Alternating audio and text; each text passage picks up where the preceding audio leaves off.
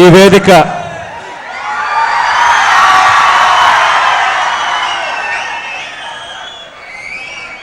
మామూలుగా అయితే యూనివర్సిటీలో జరిగించాలి, కానీ యూనివర్సిటీకి మనం వస్తున్నాము అన్న సంగతి తెలిసి ఏకంగా యూనివర్సిటీలో ఏ మీటింగులు పెట్టకూడదు అని చెప్పి హుకుం జారీ చేస్తా ఉన్నారు సర్కారీ పెద్దలు.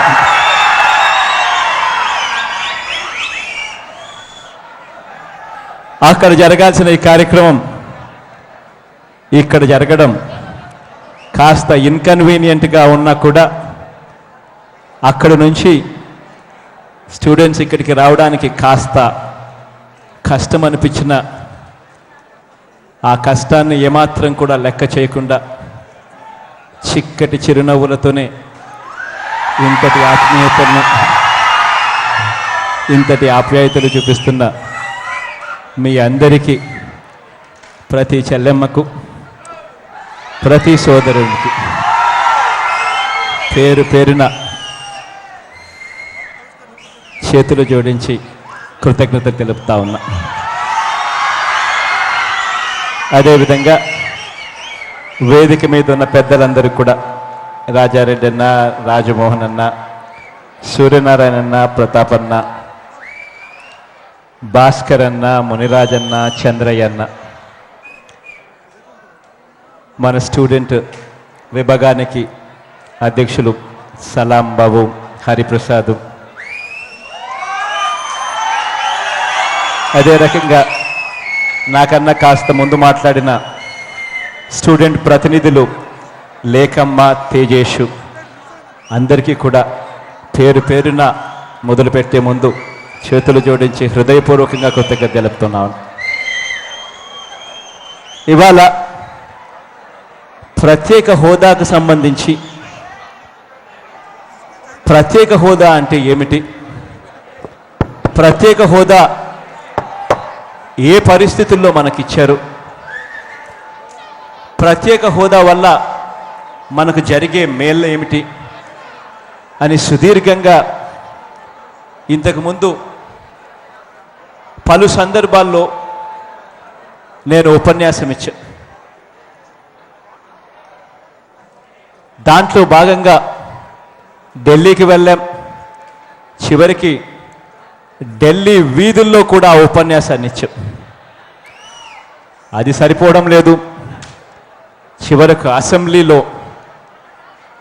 చంద్రబాబు నాయుడు గారికి, ఆయనకున్న మంత్రిమండలికి, ఆయన సపోర్ట్ చేస్తూ ఉన్న ఢిల్లీ పెద్దలకు కూడా అర్థమయ్యేట్టుగా అసెంబ్లీలో కూడా సుదీర్ఘంగా కూడా ఈ విషయంగా ఉపన్యాసం ఇచ్చాం. ఇచ్చినప్పటికీ కొంతమందికి ప్రత్యేక హోదా వల్ల జరిగే మేలేమిటి అని తెలిసి ఉన్నా కూడా మభ్యపెట్టే కార్యక్రమం కొంతమంది నాయకులు చేస్తూ ఉంటే, కొంతమంది ప్రత్యేక హోదా అంటే ఏమిటో కూడా తెలియని పరిస్థితిలో కొంతమంది నాయకులు కూడా అసెంబ్లీలో దర్శనమిచ్చారు. ఇవాళ యూనివర్సిటీస్కి వచ్చి యూనివర్సిటీలలో ఇవాళ చదువు అయిపోయిన తర్వాత పిల్లలు ఉద్యోగాల కోసం ఎదురు చూస్తారు. అటువంటి వాళ్ళకే నిజంగా ప్రత్యేక హోదా అంటే ఏమిటి అన్నది, ప్రత్యేక హోదా వల్ల జరిగే మేలేమిటి అన్నది నిజంగా అవసరం ఉన్నది కూడా ప్రధానంగా గవర్నమెంట్కి అయితే, ఆ తర్వాత అంతే అవసరం ఉన్నది ఆ చదువుకుంటా ఉన్న ఆ పిల్లలు, ఆ చదువు అయిపోయిన తర్వాత ఉద్యోగాల కోసం ఎదురు చూస్తూ ఉన్న ఆ పిల్లలకే. అటువంటిది అదే యూనివర్సిటీస్లో దీని మీద చర్చ జరిగి, దీని మీద అవగాహన వచ్చి, ఈ పిల్లలంతా కూడా రేపొద్దున కదిలి రాష్ట్రంలో పరిపాలన చేస్తూ ఉన్న రాష్ట్ర పెద్దలకు, వీళ్ళ ద్వారా కేంద్ర పెద్దలకు అందరికీ కూడా ఈ పిల్లలే రేపొద్దున గడ్డి పెట్టే పరిస్థితి కూడా,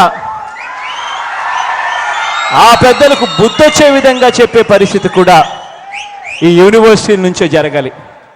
అటువంటిది ప్రభుత్వం ఎమర్జెన్సీ పరిపాలన విధంగా యూనివర్సిటీల్లో ప్రత్యేక హోదా మీద చర్చ జరగకూడదు, యూనివర్సిటీలో పిల్లలకు దీని గురించి అవగాహన రాకూడదు అన్న ఉద్దేశంతో యూనివర్సిటీస్కే రాకుండా ఉండేందుకు హుకుం జారీ చేశారు. ఇదే తెలుగుదేశం పార్టీ చంద్రబాబు నాయుడు గారిని అడుగుతున్నా, అయ్యా ఇవాళ మీకు కనిపిస్తూ ఉన్నది యూనివర్సిటీలలో మీటింగులు పెట్టకూడదు అని. నేను ఇదే అడుగుతున్నా చంద్రబాబు నాయుడు గారిని, తెలుగుదేశం పార్టీకి సంబంధించిన టీడీపీ లెజిస్లేచర్ పార్టీ మీటింగ్ నువ్వు పెట్టింది ఇదే యూనివర్సిటీలో కాదా చంద్రబాబు నాయుడు గారిని అడుగుతా ఉన్నా. చివరకు నరేంద్ర మోడీ గారిని ఇక్కడికి తీసుకొచ్చినప్పుడు అదే యూనివర్సిటీలోనే నరేంద్ర మోడీ గారితో కూడా మీటింగ్ కూడా పెట్టించింది కూడా ఇదే చంద్రబాబు నాయుడు గారు. అయినా ఆ రోజు చంద్రబాబు నాయుడు గారికి గుర్తుకు రాలేదు. ఇవాళ మాత్రం రాజకీయ మీటింగులు అక్కడ జరగకూడదు అని అంటా ఉన్నారు. నిజంగా వేదిక మీద ఉన్న వాళ్ళంతా కూడా పెద్ద పెద్ద యూనివర్సిటీకి సంబంధించిన ప్రొఫెసర్లు, వచ్చిందంతా కూడా చదువుకుంటా ఉన్న స్టూడెంట్స్. ఇంకా రాజకీయం అన్నది ఎక్కడ ఉందో నాకైతే అర్థం కావడం లేదు. అయినా చంద్రబాబు నాయుడు గారు చేస్తూ ఉన్నది ఖచ్చితంగా ప్రజలు గమనిస్తున్నారు. రాబోయే రోజుల్లో గట్టిగా బుద్ధి చెప్పే రోజు కూడా త్వరలోనే ఉంది. ఇక నిజంగా ప్రత్యేక హోదా గురించి మాట్లాడాల్సి వస్తే ప్రత్యేక హోదా అన్నది మనకు ఏ పరిస్థితుల్లో ఇచ్చారు, ప్రత్యేక హోదా వల్ల మనకు జరిగే మేలేమిటి అన్నది ఇంతకు ముందు నేను చెప్పా. క్లుప్తంగా నేను మళ్ళీ దాని గురించి ఎక్కువ లోతుగా పోకుండా క్లుప్తంగా మాత్రం చెప్పే కార్యక్రమం చేస్తా. ప్రత్యేక హోదా అన్నది మన రాష్ట్రానికి ఏ పరిస్థితిలో ఇచ్చారు అని అంటే మీ అందరికీ గుర్తుండే ఉంటుంది. ఆ రోజు 2014 ముందు రాష్ట్రాన్ని విడగొట్టడానికి అన్ని రకాలుగా అన్ని పార్టీలు కలిసి కుయుక్తులు పన్నాయి. చివరికి 2014లో మన రాష్ట్రాన్ని అన్ని పార్టీలు కలిసి విడగొట్టే కార్యక్రమం కూడా చేశాయి. ఆ రోజు రాష్ట్రాన్ని విడగొట్టేటప్పుడు మొట్టమొదటిసారి బహుశా దేశ చరిత్రలో నాకైతే తెలియదు కానీ ఎంత మటుకు జరిగిందో జరగలేదో కానీ నా కళ్ళ ముందరు నేను వయసులోకి వచ్చిన తర్వాత గమనించింది చూసింది నా కళ్ళ ముందర మాత్రం మన రాష్ట్రాన్ని విభజించే కార్యక్రమం చేశారు. ఆ రోజు చేసేటప్పుడు పార్లమెంటులో గొడవలు జరిగాయి. నేను కూడా ఆ రోజుల్లో లోక్సభలకు నేను కూడా ఎంపీగా ఉన్నా. లోక్సభ నుంచి నిర్దాక్షిణ్యంగా నన్ను రాజమోహన్ రెడ్డిని గెంటేశారు, సస్పెండ్ చేసే కార్యక్రమం చేశారు. దాని తర్వాత లోక్సభలో టీవీ ఛానళ్లకు బ్రాడ్కాస్టింగ్ కూడా తీసేసి లోక్సభలో బిల్లును ఆమోదించారు. దాని తర్వాత రాజ్యసభకు బిల్లు పోయింది. రాజ్యసభలో చర్చ జరిగేటప్పుడు మేము రాజ్యసభలో మా పార్టీకి సంబంధించిన వాళ్ళు ఎవరు రాజ్యసభలో లేరు కాబట్టి మేము లేము. ఆ రోజు చర్చ జరిగేటప్పుడు మొట్టమొదటిసారిగా ప్రధానమంత్రి లేచి ఆంధ్ర రాష్ట్రాన్ని విడగొట్టబోతా ఉన్నాము అని ఆయన చర్చ ప్రారంభించారు. ఆ రోజుల్లో అన్నారు ఆంధ్ర రాష్ట్రాన్ని విడగొట్టేటప్పుడు హైదరాబాద్ వంటి నగరం మనకు లేకుండా పోతుంది కాబట్టి రాష్ట్రం తీవ్రంగా నష్టపోతుంది అని. హైదరాబాదులో ఇవాళ 95% సాఫ్ట్వేర్ అంతా కూడా ఉన్నది హైదరాబాద్. సాఫ్ట్వేర్లో మనం అంతా కూడా ఈసీఈలు ఎంసీఏలు చదివిన పిల్లలంతా కూడా బీటెక్ కంప్యూటర్స్ ఈసీఈలు ఇవన్నీ చదివిన పిల్లలంతా కూడా ఉద్యోగాల కోసం చూసేది హైదరాబాద్ నగరమే. అటువంటిది 95% సర్వీసెస్ సాఫ్ట్వేర్ ఉన్నది హైదరాబాద్. అది తీసే కార్యక్రమం జరిగింది. ఆ తర్వాత హైదరాబాద్ చుట్టూ 70% రాష్ట్రంలో ఉన్న మొత్తం మ్యానుఫ్యాక్చరింగ్ మొత్తం ఇండస్ట్రీ అంతా కలిపితే 70% ఇండస్ట్రీ హైదరాబాద్ నగరంలోనే ఉంది. ఉద్యోగాలన్నీ కూడా అక్కడే 70% ఉన్నాయి మ్యానుఫ్యాక్చరింగ్లో. కాబట్టి హైదరాబాదు వంటి నగరం మీకు లేకుండా పోతుంది, లేకుండా పోతే రాష్ట్రం తీవ్రంగా నష్టపోతుంది. దాన్ని కాంపన్సేట్ చేయడం కోసం దానివల్ల జరిగే నష్టాన్ని తగ్గించేందుకు ప్రత్యేక హోదా మీకు ఇస్తాము అని చెప్పి ప్రధానమంత్రి ఆ రోజు రాజ్యసభలో హామీ ఇచ్చాడు. హామీ ఇచ్చినప్పుడు ప్రతిపక్షంలో ఉన్న పార్టీలు బీజేపీ, చంద్రబాబు నాయుడు గారు వీళ్ళంతా అప్పుడు ప్రతిపక్షాల్లో ఉన్నారు. వాళ్ళంతా కూడా 5 ఏళ్ళు సరిపోదు, మేము అధికారంలోకి వస్తే 10 ఏళ్ళు ఇస్తాము ప్రత్యేక హోదా అని చెప్పి సాక్షాత్తు బీజేపీ పార్టీ అనేది. చంద్రబాబు నాయుడు గారు కూడా అదే మాటే మాట్లాడారు.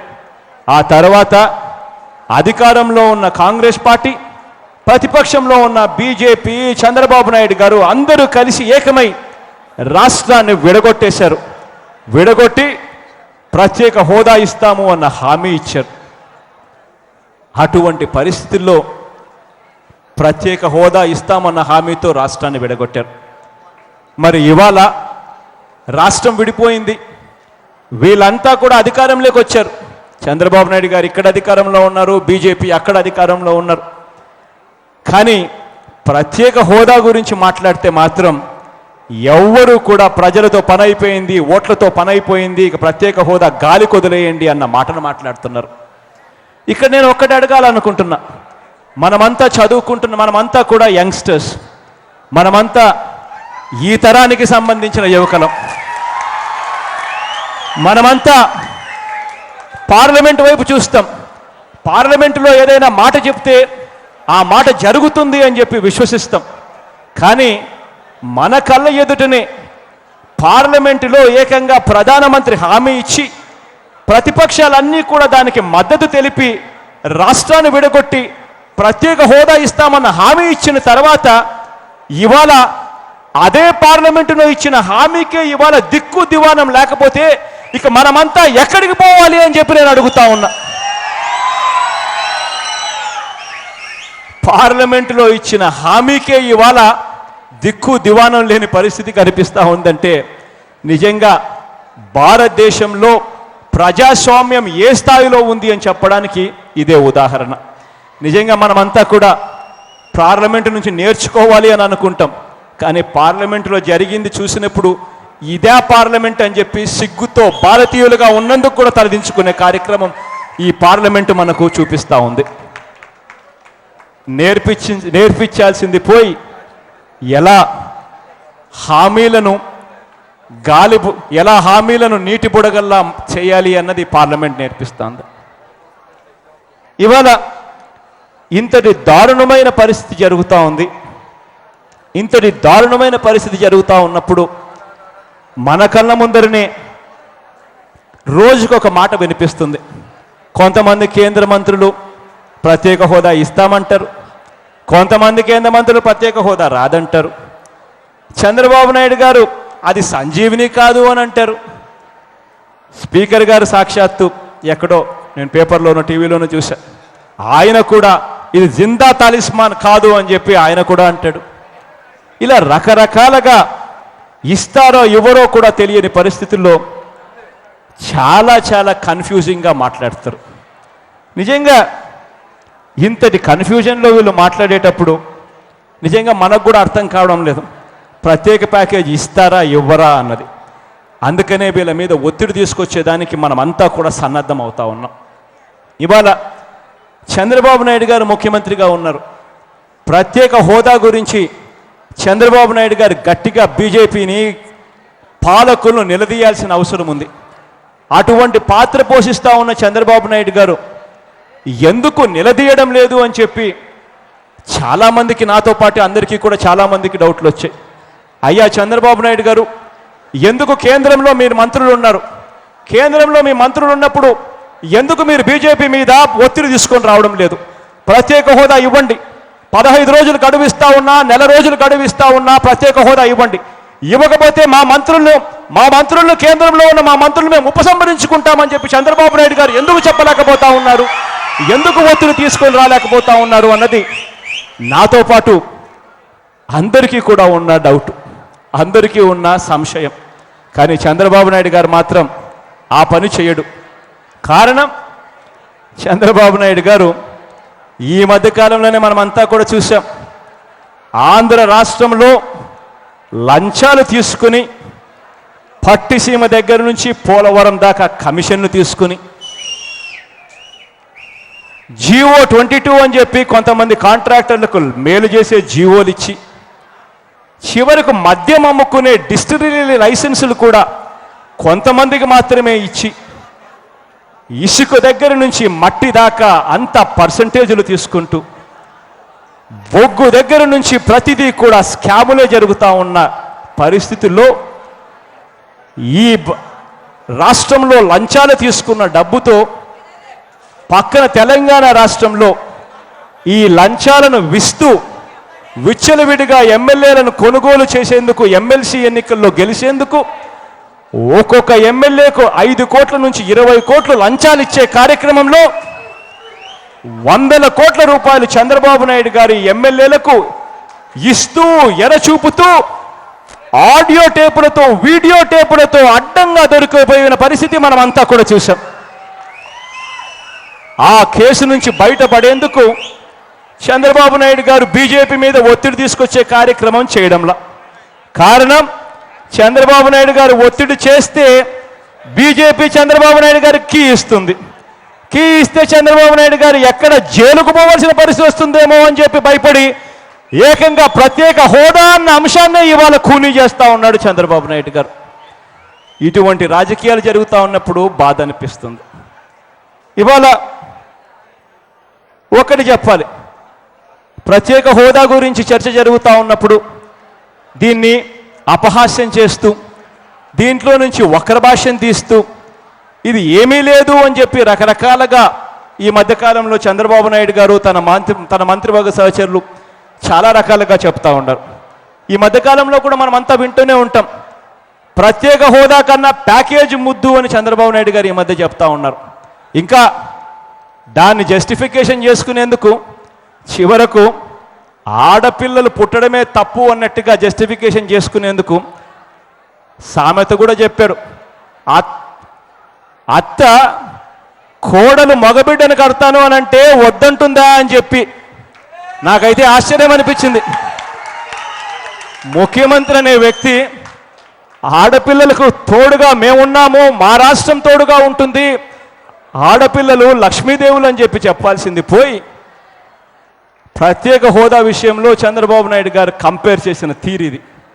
నిజంగా ప్యాకేజ్ ముద్దు అని చంద్రబాబు నాయుడు గారు అంటున్నారు. నేను చంద్రబాబు నాయుడు గారిని గట్టిగా అడుగుతున్నది, మీరు కూడా రేపొద్దున చంద్రబాబు నాయుడు గారిని ఎక్కడ కనపడితే అక్కడ అడగాల్సిన విషయం కూడా ఒకటి ఉంది. ఇవాళ చంద్రబాబు నాయుడు గారు అంటున్నారు ప్యాకేజ్ ముద్దు ప్రత్యేక హోదా కన్నా అని. వాళ్ళు వస్తే ఒక్కసారి అడగండి, అయ్యా చంద్రబాబు గారు, ఇవాళ మీరు ప్యాకేజీ అని ఏదైతే చెప్తా ఉన్నారో ఆ ప్యాకేజీలో చెప్తా ఉన్న అమౌంట్, ఆ ప్యాకేజీలో వాళ్ళు ఇస్తామన్న డబ్బులు, ఏ దానికైతే వాళ్ళు డబ్బులు ఇస్తామంటున్నారో అవన్నీ కూడా ఆ రోజు రాష్ట్రాన్ని విడగొట్టేటప్పుడు అది హక్కుగా చట్టంలో చేర్చినవి కాదా అని చంద్రబాబు నాయుడు గారిని గట్టిగా నిలదీయండి. ఆ రోజు రాష్ట్రాన్ని విడగొట్టేటప్పుడు పోలవరం కట్టిస్తామన్నారు. ఆ రోజు రాష్ట్రాన్ని విడగొట్టేటప్పుడు ఆ ప్రాజెక్టు కట్టిస్తాం, ఈ ప్రాజెక్టు కట్టిస్తాం, అక్కడ రోడ్లు వేస్తాం, ఇక్కడ రోడ్లు వేస్తాం, ఇక్కడ మెట్రో రైలు తెస్తాం అని చెప్పి రకరకాలుగా చెప్పారు. ఆ చెప్పిన దానిని ఇవాళ ప్యాకేజీ రూపకంలో వాళ్ళు ఇస్తామంటున్నారు. మరి ఇదన్నీ కూడా ఆ రోజు రాష్ట్రాన్ని విభజించేటప్పుడు మాకు హక్కుగా ఇస్తామన్నది ఇవాళ చంద్రబాబు నాయుడు గారు ఒక ప్యాకేజీ రూపకంలో దాన్ని తీసుకొచ్చి అదేదో కొత్తగా ఈ రోజే తానేదో కేంద్రంతో పోరాటం చేసి తీసుకొస్తానట్టుగా అందరినీ మభ్యపెట్టే కార్యక్రమం చేసి దానికోసమని ప్రత్యేక హోదాను పనంగా పెట్టడం ధర్మమేనా అని చంద్రబాబు నాయుడు గారిని గట్టిగా నిలదీస్తూ అడగండి.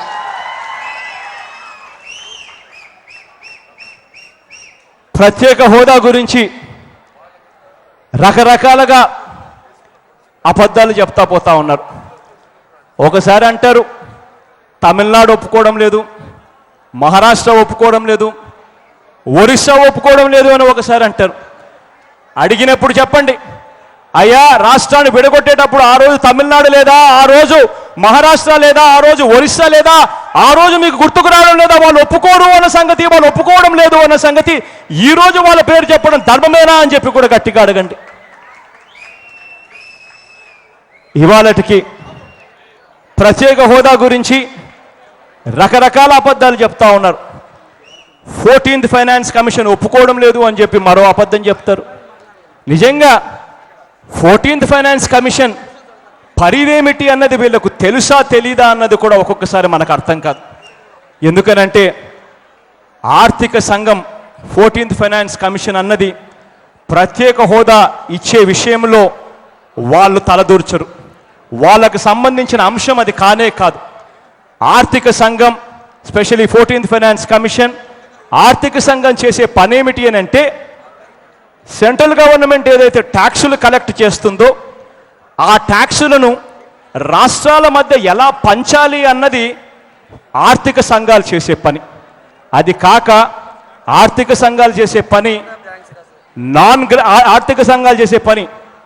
ప్లాన్ గ్రాంట్స్ను ఎలా డిస్ట్రిబ్యూట్ చేయాలి, నాన్ ప్లాన్ లోన్స్ ఎలా డిస్ట్రిబ్యూట్ చేయాలనేది అది చేస్తుంది. అంతేకాని వాళ్ళు ప్లాన్ గ్రాంట్స్ కానీ ప్లాన్ డెఫిసిట్ ఎలా పూడ్చాలి అన్నది ఆర్థిక సంఘానికి సంబంధించిన అంశం కానే కాదు. నిజంగా ప్రత్యేక హోదా అన్నది ఇవ్వాలనా లేదా అన్న నిర్ణయం తీసుకోవాల్సింది ఎవరు అనంటే అది ప్రధానమంత్రి. కారణం, ప్రధానమంత్రి చేతిలోనే, ప్రధానమంత్రి ఎన్డీసీకి, నేషనల్ డెవలప్మెంట్ కౌన్సిల్కి అధ్యక్షుడు ప్రధానమంత్రి, ప్లానింగ్ కమిషన్కైనా అధ్యక్షుడు ప్రధానమంత్రి, క్యాబినెట్కైనా అధ్యక్షుడు ప్రధానమంత్రి, నీతి ఆయోగ్కైనా అధ్యక్షుడు ప్రధానమంత్రి. ప్రత్యేక హోదా ఇవ్వాలి అన్న అంశం అది ఒక క్యాబినెట్ నిర్ణయం, అది ఒక ఎగ్జిక్యూటివ్ డెసిషన్. అటువంటిది చంద్రబాబు నాయుడు గారు ఇవ్వకుండా ఉండేందుకు కారణాలు వెతుక్కుంటూ సగం తెలిసి సగం తెలియని తనకున్న మితిమితి నాలెడ్జ్తో అందరినీ కూడా మభ్యపెట్టే కార్యక్రమం చేస్తూ ఉన్నాడు. గతంలో 11 రాష్ట్రాలకు ప్రత్యేక హోదా ఇచ్చారు. ఇచ్చిన ప్రత్యేక హోదా, 11 రాష్ట్రాలకు ఇచ్చిన ప్రత్యేక హోదాను ఎక్కడ చూసినా కూడా క్యాబినెట్లో నిర్ణయం తీసుకొని ఇంప్లిమెంట్ చేసిందే తప్ప ఎక్కడా కూడా ఒక యాక్ట్ ద్వారా వచ్చింది కానే కాదు. అవన్నీ తెలిసినా కూడా చంద్రబాబు నాయుడు గారు మాత్రం కావాలని మభ్యపెట్టే కార్యక్రమం చేస్తారు.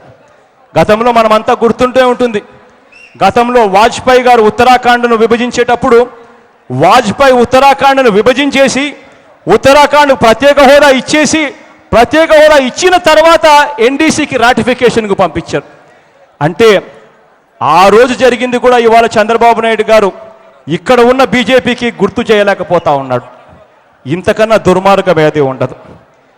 ప్రత్యేక హోదా వల్ల నిజంగా జరిగే మేలేమిటి అని అంటే, మొట్టమొదట మేలు రాష్ట్రానికి కేంద్రం నుంచి వచ్చే గ్రాంట్లు లోన్లు వస్తాయి. ప్రత్యేక హోదా ఉన్న రాష్ట్రానికైతే కేంద్రం నుంచి వచ్చే గ్రాంటు 90% నిధులు గ్రాంట్గా వస్తాయి, 10% నిధులు మాత్రమే లోన్గా వస్తాయి. అంటే 90% నిధులు కేంద్రానికి తిరిగి కట్టవలసిన పని లేదు. అదే ప్రత్యేక హోదా లేని రాష్ట్రం అయితే గ్రాంట్లు ఏదైతే వస్తాయో అది కేవలం 30% మాత్రమే వస్తుంది, 70% లోన్లుగా వస్తాయి. అంటే కేంద్ర ప్రభుత్వానికి కట్టవలసిన అవసరం ఎంతైనా ఉంటుంది, అప్పుల రూపాన వాళ్ళు ఎక్కువ ఇస్తారు అన్నది ఒక్క మేలైతే. రెండవ మేలు, ప్రత్యేక హోదా గల రాష్ట్రాలకు మాత్రమే భారీగా పారిశ్రామిక రాయితీలు వస్తాయి. ప్రత్యేక హోదా గల రాష్ట్రానికి మాత్రమే 100% ఎక్సైజ్ డ్యూటీ బెనిఫిట్స్ వస్తాయి. పరిశ్రమ పెట్టాలి అని అంటే ఎవడైనా కానీ ఎప్పుడు ముందుకు వస్తారు? ఎవడు లేని విధంగా, ఎప్పుడు ఎక్కడా లేని విధంగా ఎక్సైజ్ డ్యూటీ బెనిఫిట్స్ 100% వస్తే, ఇన్కమ్ ట్యాక్స్ బెనిఫిట్స్ 100% ఇస్తే, ఫ్రైట్ రీయింబర్స్మెంట్ బెనిఫిట్స్ కూడా పూర్తిగా వెనక్కిస్తే, ఇటువంటి బెనిఫిట్స్ ఎక్కడ కని విని ఎరగని బెనిఫిట్స్ ఇస్తేనే పారిశ్రామికవేత్తలు మన రాష్ట్రానికి వస్తారు. పారిశ్రామికవేత్తలు మన రాష్ట్రానికి వచ్చినప్పుడే, పరిశ్రమలు పెట్టినప్పుడే, లక్షల కోట్లు తీసుకొచ్చి పెట్టుబడి పెట్టి పరిశ్రమలు పెట్టినప్పుడే లక్షల్లో ఉద్యోగాలు వస్తాయి. అది ఎవరు చెప్పవలసిన పని లేదు, ఏ ఒక్కరిని అడిగినా కూడా చెప్తారు. అది అందరికీ తెలిసిన విషయమే. అటువంటిది అన్నీ తెలిసి కూడా ఇవాళ చంద్రబాబు నాయుడు గారు ఇవాళ రాష్ట్ర పిల్లలతో చెలగాటమాడుతూ ఉన్నాడు. ఎన్నికలకు ముందు ఇదే చంద్రబాబు నాయుడు గారు ఏమన్నారు? టీవీ ఆన్ చేస్తే చాలు, ఇంటికి పోతే మనకంతా ఏమి వినిపించేది? జాబు కావాలంటే బాబు రావాలి అన్న మాట వినిపించేది. బాబు ముఖ్యమంత్రి అయ్యాడు, జాబ్ ఇవ్వకపోతే ప్రతి ఇంటికి 2000 రూపాయలు నిరుద్యోగ భృతి ఇస్తానన్నాడు. 1,75,00,000 ఉన్నాయి రాష్ట్రంలో ఇల్లులు. 1,75,00,000 ఇల్లుల్లో ఉన్న పిల్లలు ఇవాళ అడుగుతా ఉన్నారు, జాబ్ ఎప్పుడు ఇస్తావు బాబు, జాబ్ ఇవ్వకపోతే 2,000 రూపాయలు నిరుద్యోగ భృతి ఎప్పుడు ఇస్తావని. సమాధానం ఉండదు బాబు దగ్గర. చివరకు ఆయన చెయ్యడు. చివరకు అంతో ఇంతో పిల్లలకు మేలు జరిగేది ఏదైనా జరగాలి అని అంటే ఇటువంటి పరిశ్రమలకు ప్రత్యేక హోదా వస్తే, ఇటువంటి ప్రత్యేక హోదా వల్ల వచ్చే బెనిఫిట్స్ వల్ల వచ్చే మంచి వల్ల చాలామంది పారిశ్రామికవేత్తలు ముందుకొచ్చి పరిశ్రమలు పెట్టి, వాళ్ళు పరిశ్రమలు పెట్టి లక్షల కోట్లతో వాళ్ళు పెట్టుబడి పెట్టి వాళ్ళు పరిశ్రమలు పెట్టి లక్షల ఉద్యోగాలు వచ్చే అవకాశం ఉన్న ప్రత్యేక హోదాను కూడా చంద్రబాబు నాయుడు గారు నాశనం చేస్తూ ఉన్నాడు అని అంటే ఇవాళ ఇటువంటి మనిషేనా అని అడుగుతా ఉన్నా. ఇవాళ ఇదే చంద్రబాబు నాయుడు గారు నిజంగా తెలిసి చేస్తున్నాడో తెలియక చేస్తూ ఉన్నాడో నాకైతే తెలియదు. కానీ ఇదే చంద్రబాబు నాయుడు గారు ఒక్కసారి హిమాచల్ ప్రదేశ్కు వెళ్ళి లేదా ఒకసారి ఉత్తరాఖండ్కు ఒకసారి వెళ్ళి ఒకసారి అక్కడ జరిగింది ఒక్కసారి చూస్తే, ఆ జరిగిన దాంట్లో వాళ్ళకు జరిగిన మేలు ఏమిటి అని ఒక్కసారి వెళ్ళి చూస్తే ఆశ్చర్యంగా అక్కడ కనిపిస్తాయి. ఏ రకంగా ఉద్యోగ అవకాశాలు ఉత్తరాఖండ్లో అయితే రాష్ట్రంలో 2,000 పరిశ్రమలు వచ్చాయి. 30,000 కోట్ల పెట్టుబడులతో ఒకేసారి 130% అధికంగా పరిశ్రమలు ఏర్పాటు కావడం వల్ల ఉపాధి అవకాశాలు 490% పెరిగిన పరిస్థితి ఉత్తరాఖండ్లో మనం చూస్తూ ఉన్నాం. చిన్నదైన రాష్ట్రం. హిమాచల్ ప్రదేశ్ అయితే దాదాపుగా హిమాచల్ ప్రదేశ్ ప్రత్యేక హోదా వల్ల ఏకంగా 10,000 పరిశ్రమలు అక్కడ వచ్చాయన్నది మనకు అందరికీ కూడా తెలుస్తుంది. మరి ఇంత మేలు జరుగుతూ ఉంటే 972 కిలోమీటర్ల సముద్ర తీరం ఉన్న రాష్ట్రం మనది.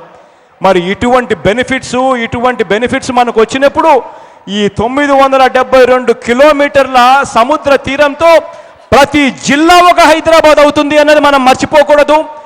ఉద్యోగాల దగ్గరికి మనం వెళ్ళి వాళ్ళకు అప్లై చేసి వాళ్ళు నో వేకెన్సీ అని చెప్పి బోర్డు పెట్టుకునే పరిస్థితి నుంచి మారి మనమే మాకు ఈ కంపెనీ వద్దు, ఈ కంపెనీ మాకు కావాలి, ఆ కంపెనీ మనకు కావాలి అని చెప్పి మనమే వాళ్ళను వద్దు అని చెప్పే పరిస్థితి కూడా వస్తుంది అన్నది మనం మర్చిపోకూడదు.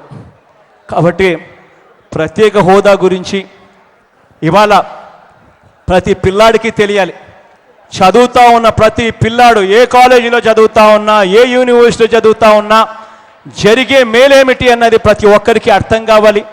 ప్రతి ఒక్కరూ ఇంకొక నలుగురికి చెప్పాలి, మన హక్కు ఇది, ఈ హక్కును మనం అడుక్కోవడం లేదు, ఇది మన హక్కు అన్నది చంద్రబాబు నాయుడు గారికి అర్థమయ్యేట్టుగా చెప్పాలి. పైనున్న కేంద్ర ప్రభుత్వానికి అర్థమయ్యేట్టుగా చెప్పాలి. ఇవాళ ఇటువంటి పాంఫ్లెట్ ఇది కేవలం 2 పేజీలు, ఈ పక్క ఈ పాంఫ్లెట్ చదివితే ఎవరికైనా కూడా అర్థమవుతుంది ప్రత్యేక హోదా వల్ల జరిగే మేలేమిటి అన్నది. ఇంకా ఎవరికైనా డౌట్లు ఏదైనా ఉంటే ఈ పాంఫ్లెట్లు కూడా డిస్ట్రిబ్యూషన్ చేస్తారు. ఈ పాంఫ్లెట్లు కూడా వైఎస్ఆర్ కాంగ్రెస్ పార్టీ వెబ్సైట్ లేకపోతే ఎవరైనా కూడా దీన్ని డౌన్లోడ్ చేసుకునే కార్యక్రమం కూడా చేసుకోవచ్చు. ఈ పాంఫ్లెట్ చదివితే ఇటువైపు అటువైపు చదివితే పూర్తిగా ప్రత్యేక హోదా గురించి ఏమిటి అన్నది, దాని వల్ల జరిగే మేలు ఏమిటి అన్నది చంద్రబాబు నాయుడు గారికి మనమే ట్యూషన్ చెప్పే రోజు ఈ ఒక్క పాంఫ్లెట్ చదివితే సరిపోతుంది. ఇవాళ ఇదొక్కటే కాకుండా ప్రత్యేక హోదా అన్నది ఏమిటి అని ఇంకా తెలుసుకోవాలని, ఇంకా డీటెయిల్డ్గా పోవాలని అనుకుంటే government of India finance department అని కొట్టి స్పెషల్ కేటగిరీ స్టేటస్ అని కొడితే వెబ్సైట్లు కూడా ఓపెన్ అవుతాయి. అక్కడ కూడా రకరకాల వెబ్సైట్లలో ఈ రీసెర్చ్ మెటీరియల్ కూడా దొరుకుతుంది. అవన్నీ కుదించి దాంట్లో ఉన్న మెటీరియల్ని ప్రతిదీ కూడా తీసి ఈ 2 పేజీల పాంఫ్లెట్లో పూర్తిగా సుదీర్ఘంగా కూడా చెప్పాం. కేవలం 2 పేజీలు. ప్రతి ఒక్కళ్ళని చదవాలి. మన హక్కు కోసం మనమే పోరాటం చేసే దాంట్లో అందరం కూడా ముందుకు రావాలి. ఇది జరగాలి అని అంటే ఒత్తిడి రావాలి. మన వైపు నుంచి ఒత్తిడి తీసుకొచ్చేందుకు చాలా కార్యక్రమాలు చేశాం. మంగళగిరిలో ధర్నాలు చేశాం. ఆ తర్వాత చలో ఢిల్లీ వెళ్ళాం. ఆ తర్వాత బంద్ ప్రకటించాం. 26వ తారీఖు నుంచి నిరవధిక నిరాహార దీక్షలో నేనే కూర్చునే కార్యక్రమం కూడా చేస్తా ఉన్నా. కానీ వీటి అన్నిటితో పాటు మీ అండదండలు కావాలి, మీ సపోర్ట్ కావాలి. ఇది మన హక్కు అన్నది మనం మర్చిపోకుండా చంద్రబాబు నాయుడు గారి మెడలు వంచే పరిస్థితి వచ్చినప్పుడు చంద్రబాబు నాయుడు గారి మీద ఒత్తిడి తీసుకొని రాగలిగితేనే అది సాధ్యమవుతుంది. ఏ రోజైతే చంద్రబాబు నాయుడు గారు బీజేపీ ప్రభుత్వానికి అల్టిమేటం ఇస్తాడో, ఏ రోజైతే చంద్రబాబు నాయుడు గారు నెల రోజుల లోపల మాకు ప్రత్యేక హోదా ఇవ్వలేకపోతే మేము మా కేంద్రంలో ఉన్న మంత్రులను ఉపసంహరించుకుంటాము అన్న మాట ఏ రోజైతే చంద్రబాబు చెప్తాడో ఆ రోజు ఖచ్చితంగా బీజేపీ కిందికి వచ్చి ఇచ్చే కార్యక్రమం కూడా జరుగుతుంది. బీజేపీ మీద ఒత్తిడి రావాలి, చంద్రబాబు నాయుడు గారి మీద ఒత్తిడి రావాలి. చంద్రబాబు నాయుడు గారు మీద ఒత్తిడి వచ్చి ఆయన బీజేపీ మీద ఒత్తిడి తీసుకొచ్చే కార్యక్రమం జరగాలి అని అంటే అది కేవలం మన వల్లే జరుగుతుందన్నది మాత్రం మర్చిపోకూడదు. ఇక్కడ ఇవాళ చంద్రబాబు నాయుడు గారు కేసులు పడతాయని చెప్పి కేసుల్లో నుంచి తప్పించుకునేందుకు 5 కోట్ల మంది ప్రజలను ఇవాళ తాకట్టు పెడతా ఉన్నాడు ప్రత్యేక హోదా విషయంలో. ఒక్కటి చెప్పాలి, నిజంగా చంద్రబాబు నాయుడు గారు కనిపిస్తే మీరు కూడా చెప్పండి, అయ్యా చంద్రబాబు నాయుడు గారు కేసుల గురించి మీరు ఇంతగా ఆలోచన చేస్తూ ఉన్నారు. ఆ రోజు నా మీద కూడా కేసులు పెట్టారు. కేసులు ఎప్పుడు పెట్టారు అని అంటే రాజశేఖర రెడ్డి గారు బతుకున్నంత వరకు జగన్ మంచోడే, రాజశేఖర రెడ్డి గారు మంచోడే. రాజశేఖర రెడ్డి గారు చనిపోయి జగన్మోహన్ రెడ్డి గారు ఎప్పుడైతే కాంగ్రెస్ పార్టీ విడిచిపెట్టిపోయాడో ఆ రోజు కాంగ్రెస్ పార్టీతో కలిసి చంద్రబాబు నాయుడు గారు నా మీద కేసులు పెట్టారు. ఆ రోజు వీళ్ళిద్దరూ కలిసి నా మీద కేసులు పెట్టిన అధికారంలో ఉన్న సోనియా గాంధీతో కూడా ఆ రోజు పోరాటం చేశాం రాష్ట్రం కోసం. రాష్ట్రం విభజించవద్దు అని చెప్పి గట్టిగా నిలదీశాం. చంద్రబాబు నాయుడు గారు మాదిరి ఆ రోజు కాంప్రమైజ్ కాలేదు. ఇవాళ చంద్రబాబు నాయుడు గారు కనబడితే అడగండి, అయ్యా చంద్రబాబు నాయుడు గారు తలరాతలు మారాలంటే రాసేది దేవుడు, పైనుంచి దేవుడు మారుస్తాడు, తలరాతలు మార్చేవాడు తాను, ఇక్కడ ఉన్న ఈ ప్రభుత్వాలు పెద్దలు కాదు అన్నది చంద్రబాబు నాయుడు గారికి అర్థమయ్యేట్టుగా మీరే చెప్పండి. నిజంగా మంచి జరగాలి అని అంటే మనిషిలో కల్ముషం ఉండకూడదు. పోరాటం చేసేది ప్రతి ఒక్కరూ కూడా ఫలానివాడు మా నాయకుడు అని చెప్పి సగర్వంగా చెప్పుకునే రీతిలో ఆ పోరాటం అన్నది జరగాలన్నది మాత్రం మర్చిపోకూడదు చంద్రబాబు నాయుడు గారని గట్టిగా చెప్పండి. ఈ పోరాటంలో మనమంతా కలిసికట్టుగా ఒక్కటిగా ఉంటేనే ఈ పోరాటంలో మనం విజయం సాధించగలుగుతాం. ఖచ్చితంగా దేవుడు సహకరిస్తాడు. అందరం ఒక్కటవుదాం. ఖచ్చితంగా 4 అడుగులు ముందుకేసి మన హక్కును మనం తీసుకునే కార్యక్రమం గట్టిగా చేద్దామని చెప్పి మిమ్మల్ని అందరినీ కూడా రిక్వెస్ట్ చేస్తూ, మీరంతా ఇక్కడ కష్టం అనిపించినా వచ్చినందుకు పేరున కూడా మరొక్కసారి మీ అందరితో హృదయపూర్వకంగా కృతజ్ఞతలు తెలుపుకుంటూ సెలవు తీసుకుంటున్నాను.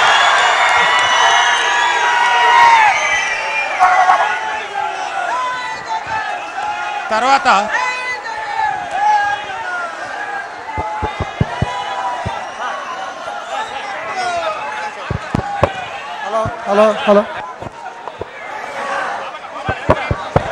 హలో తర్వాత కరపత్ర ఆవిష్కరణ జగన్మోహన్ రెడ్డి గారిచే.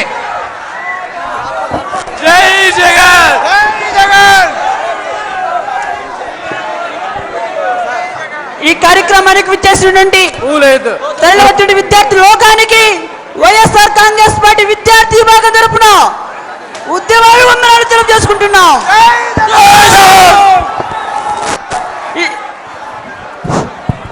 జగనన్నా, నీ తండ్రి వలె నువ్వు చేస్తున్న పనులు చూసి తన స్ఫూర్తిని పొంది నేను అవ్వాలని కలలు కంటున్నారంటే నేను గొప్ప నాయకుడున్నాడు జగనన్నా. జై జగన్, జోహార్ వైఎస్ఆర్. జై జగన్, జై జగన్, జై జగన్, జోహార్ వైఎస్ఆర్. జై జగన్, జై జగన్, జై జగన్, జోహార్ వైఎస్ఆర్. జై జగన్, జై జగన్, జై జగన్, జోహార్ వైఎస్ఆర్. జై జగన్, జై జగన్, జై జగన్, జోహార్ వైఎస్ఆర్.